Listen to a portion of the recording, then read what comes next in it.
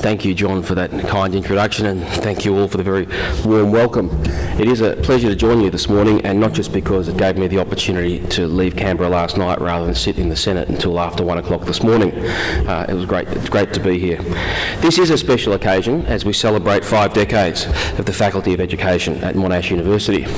It made me look back, because I was only born in 1973. 1964 was an interesting year. The Beatles toured Australia. The first edition of our first national newspaper, The Australian, was printed. Related to one of the themes of your conference, Lyndon Johnson declared his war on poverty, and 38 students undertook their graduate diploma in education at a relatively new university named after a giant of the 20th century Australia, and particularly Victoria, Sir John Monash. They set about their studies in the multi-purpose Sir Robert Menzies building, affectionately known as the Ming Wing since its early days. The building was particularly well named. In 1945, as leader of the newly formed Liberal Party, Robert Menzies had initiated the Commonwealth Parliament's first major education debate. As Prime Minister, Menzies appointed Sir Keith Murray in 1956 to inquire into the state of Australia's universities, subsequently accepting virtually all of Murray's recommendations in 1957. This marked the beginning of what Menzies called a new and brighter chapter for Australia's universities. One of the first lines in that chapter would be the establishment of Monash University by the Victorian Parliament in 1958. Menzies followed through with this commitment to education by funding science facilities in both government and non-government secondary schools in 1964. In promising funds for school science facilities, Menzies had recognised, quote, a special need for improved science teaching in the secondary schools, if we were to, quote again, to keep in step with the march of science. This was also the first step in ending the divisive state aid debate in Australia, but even more importantly, in ending the scourge of sectarianism that had poisoned Australian politics for much of the 20th century. Within a single generation, the bitter sectarian debates that had divided communities and families had been almost entirely removed from our vocabulary.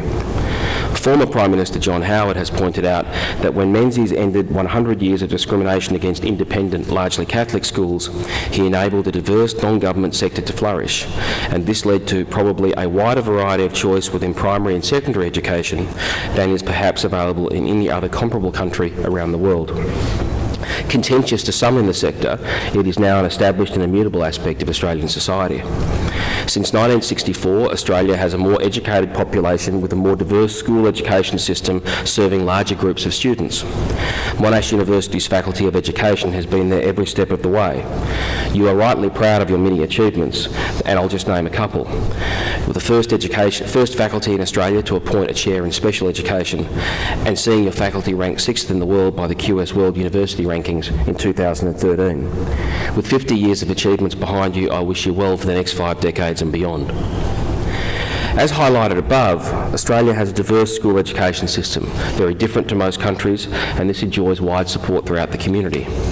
Relative to other countries, we have a high proportion of students attending non-government schools, 31% of Australian primary school students compared to an OECD average of just 11%. This variance is just as strong at the secondary level, where 36% of Australian students attend non-government schools compared to the OECD average of approximately 17%. And this variance increases across the nation. The Northern Territory has the lowest proportion of students in the non-government sector, while interestingly, the ACT has the highest. The other key difference about the Australian school system relates to funding. The non-government school sector receives partial government funding supplemented by large parental contributions. The complexity of these arrangements becomes more apparent when we go into funding. Both national and state governments fund schools, and there is a considerable transfer of funds from the Commonwealth to the states, territories and non-government sector for a wide variety of school programs. A few facts occasionally get lost in this complexity. Indeed, sometimes they are intentionally misrepresented. Given the ongoing debates about school funding and the campaign for further increases in Commonwealth spending, it is sometimes assumed that the Commonwealth is the prime funder of schools. This is wrong. The Commonwealth is not the prime source of funds for schools. It never has and is never likely to be. A simple outline of current funding arrangements will highlight this. In 2014-15, under the Commonwealth's proposed funding arrangements, $42.4 billion in recurrent funding is being spent by Commonwealth and state and territory governments on primary and secondary education. Of this $42 billion, the Commonwealth spends just $14.4 billion, just 1/3 of the total government spending on schools across Australia. The other two-thirds, $28 billion, comes from the states and territories, reflecting the historic and constitutional role of states in providing public education. This funding issue is further complicated by the allocation of funding to the government and non-government sectors. Of the $14.4 billion spent by the Commonwealth, nearly two-thirds goes to non-government schools. The remaining $5.1 billion goes to public schools. Australia-wide, the public school system run by the states and territories receives only 16% of its public funding from the Commonwealth, the remainder from the respective state and territory governments. While this is occasionally misrepresented as the Commonwealth not sufficiently supporting public schools, such claims omit the other part of this funding equation, that 89% of state and territory spending does go to public schools. Only 11% of state and territory funding supports non-government schools. This is sometimes further misrepresented to create the impression that public schools are not receiving their fair share, because two-thirds of Commonwealth funding supports the non-government sector. The proponents of this position neglect to mention where state and territory funding is directed. A simple comparison of public funding per student can also negate this myth. On average, in 2011-12, total government recurrent funding from both levels of government per student in the public school system was $13,300. This compares to only $8,500 in the Catholic sector and $7,200 in the independent sector. It is important to note also that the non-government sector is supplemented by considerable parental contributions approximating 43% of their recurrent spending needs. But it is also worth remembering that parental contributions pay for most of the capital works in the non-government sector as well. So in summary, using estimates for the current year, 2014-15, government schools with 64% of students receive around 71% of all public funds, while non-government schools with 36% of students receive approximately 29% of all public funds. While some argue against supporting parental choice and directing public funds to reflect this, I'd argue it's now an immutable part of our education system, and arguments directed at somehow changing this fact will merely serve as a distraction. I might also add that the mixed nature of the Australian school system has saved Australian taxpayers substantial money and allowed relatively greater funds to be directed to the public school sector. The fact that it encourages private resourcing of education is one of its strengths. I want to take the opportunity now to turn to the issue of quality. As Education Minister Christopher Pyne has said, quality should be the prime goal of education policy. In a recent speech, he outlined the government's view that quality should and will reinforce equity, not undermine it. The challenge is that in recent years, going back more than a decade, quality has not been debated directly, but through surrogate or proxy measures. Rather than address what are more complex issues, such as what might happen inside the classroom, we have focused on the easily measurable proxies such as class size, spending levels, and student-teacher ratios. Excuse me, a bit of hay fever. Education is not unique in this sense. Other areas of public policy often suffer from similar challenges, health being a prime example. But as we have learnt in these other areas, it is how we allocate resources that matters. We now in education, focusing on these proxy measures has not led to the outcomes we desire. Let's consider spending. If you listen to some in the education debate, you may get the impression Australia is a low-spending country, but this is not true. We measure up in international spending comparisons across a range of indicators, including per-student funding, needs-based funding and share of GDP. The 2012 PISA survey reported by ASA highlighted that, and I'll quote, schools across Australia's jurisdictions in general had access to a high quality of resources compared to the OECD average.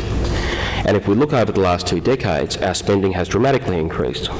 Between 1987-88 and 2011-12, total Australian government spending at all levels doubled in real terms. Yet during the same period, student numbers rose by only 18%. This is considerably more spending per student. Student-teacher ratios in primary schools across Australia fell by 15% between 1993 and 2013, and even more in some jurisdictions, with the highest fall being 29% in the ACT. Yet while our spending has increased, our results have not reflected this, and as our results are slipping by comparison with students in other countries and economies. Since 2009, Australia has dropped from 15th to 19th in mathematical literacy, from 10th to 16th in scientific literacy, and from 9th to 14th in reading literacy. NAPLAN results also show that while there have been small movements up and down in some areas, overall performance has remained largely stable since 2008. Clearly, we have not been spending these extra resources in the best possible way. The evidence repeatedly points out that funding levels are not a predictor of education performance. The OECD's 2012 PISA in Focus report concluded, PISA findings show that the success of a country's education system depends more on how educational resources are invested than the volume of investment. A different OECD study of 2010 suggested that only 6% of the difference in average student performance across OECD countries can be explained by the influence of spending measured by GDP per capita. The remaining 94% of differences, and I'll quote again, reflect the potential for public policy to make a difference. So while we have directed substantially more resources to education, we have not had a commensurate or even substantial improvement in outcomes. This poses a challenge on two fronts. Continual spending increases, such as those outlined, are simply not sustainable, given the state of public finances in many jurisdictions. And given that we haven't had the best value for money as measured in terms of improved outcomes, we need to reassess our spending priorities in order to drive improved educational performance. And let me take this opportunity to put the Commonwealth Government's commitments on the record. Over the coming 4 years, the Commonwealth is providing $64.5 billion in recurrent funding to all schools. Total government spending to all schools will grow by 37%, while government schools will receive a 53% increase in funding and the non-government sector will see a 29% increase. This leads me to the focus of the Commonwealth Government and the priorities outlined by Minister Pyne in the lead up to the last election.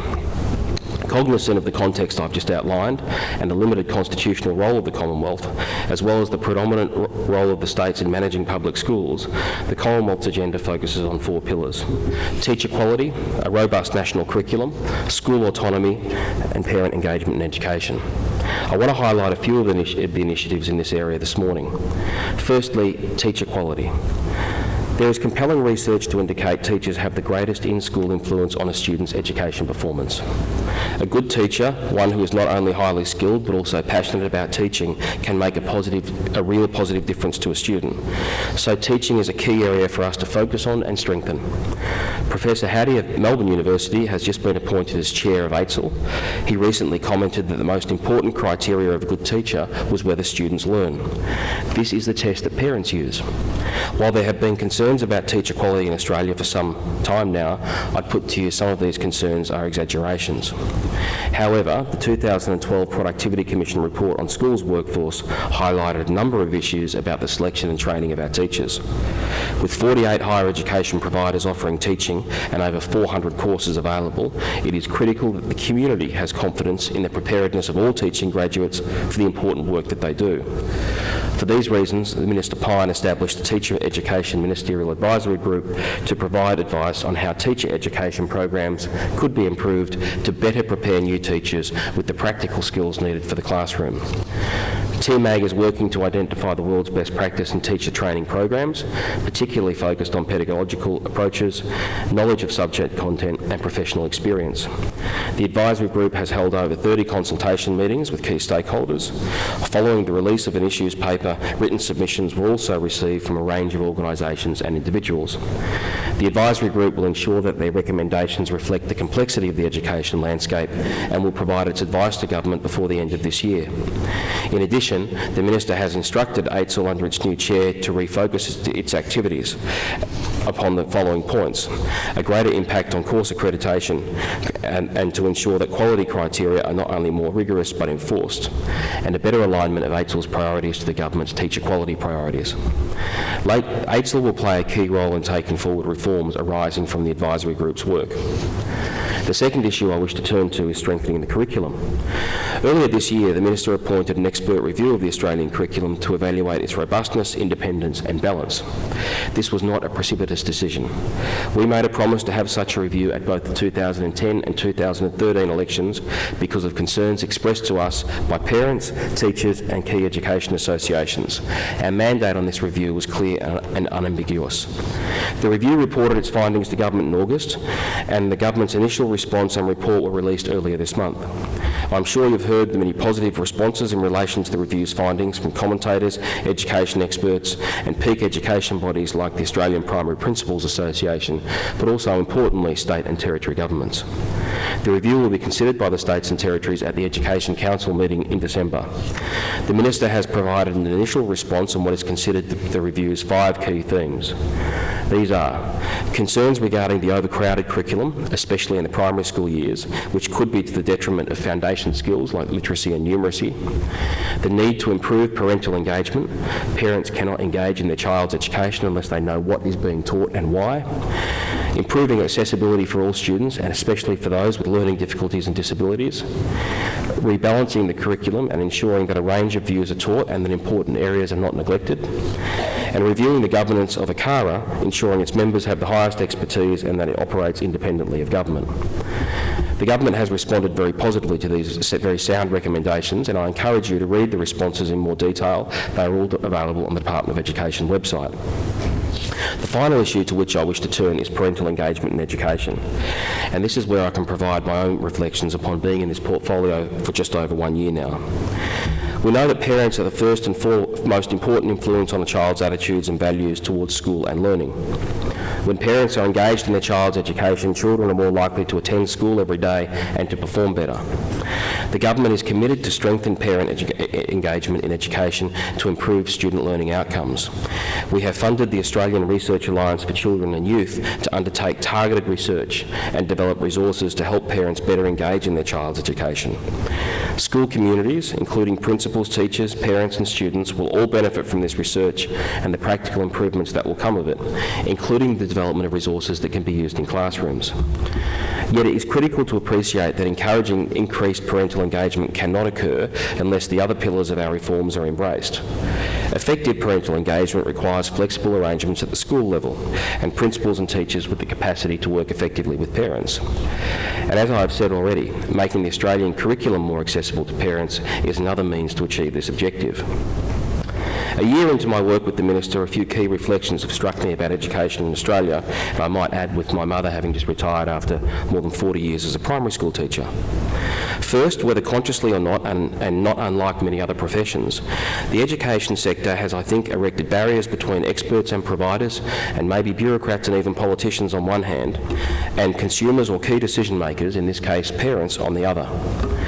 We must remember that what is used as verbal shorthand by experts, or what might seem technically exact terms, can very easily seem simply jargon to outsiders, including parents.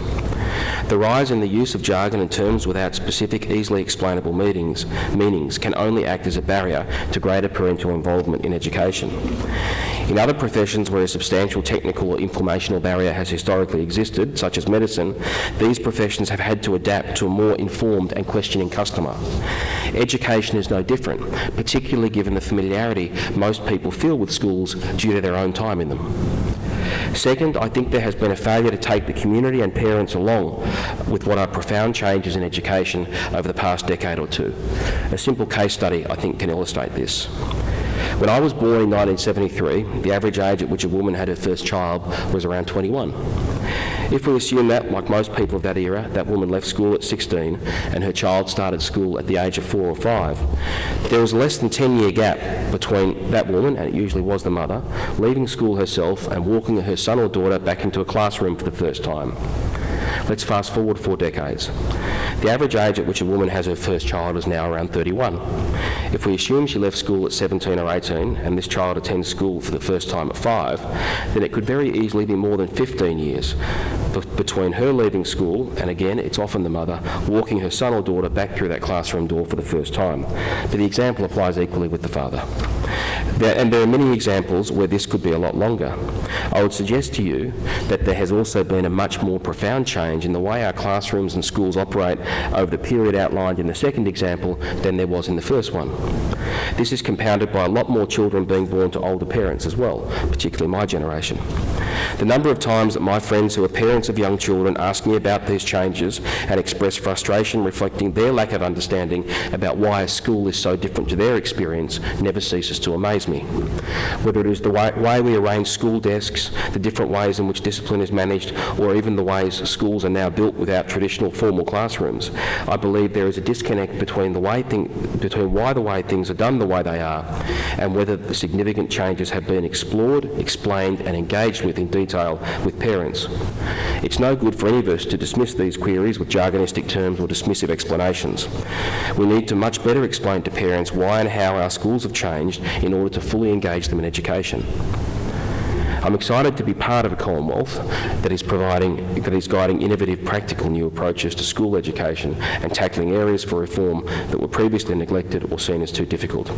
I'm sure we all share the view that education is tremendously important to individuals, to communities, and ultimately to the competitiveness and progress of our nation. So I salute the founders of the Faculty of Education here at Monash University who recognise this importance and the need for exemplary research and teaching to benefit the state of Victoria and of Australia. Congratulations on your 50th anniversary, and I wish you all for the remainder of your conference and your next 50 years.